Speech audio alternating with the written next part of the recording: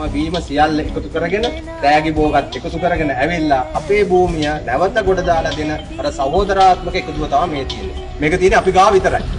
මේක වෙන කාගේවත් ගාව නැති මහා දැවැන්ත ගුණය.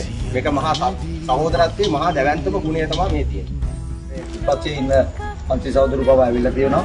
ඒ ඔක්කොම එකතු වෙලා අපි විශාල භාණ්ඩ ප්‍රමාණයක් එකතු කරගෙන ඇවිල්ලා වාහන 15,000ක් නේ අපි බඩු පුරවගෙන ඇවිල්ලා යන්ත්‍ර සූත්‍ර ටික අරගෙන ඇවිල්ලා අපි මේ දායකත්වයක් දෙන්නේ අපේ සහෝදර ජනතාව වෙනුවෙන්. අපේ ලොකු සහෝදර බැඳීමක් තියෙනවා අපේ පක්ෂයත් එක්ක මේ සහෝදර කියපු විදිහටම.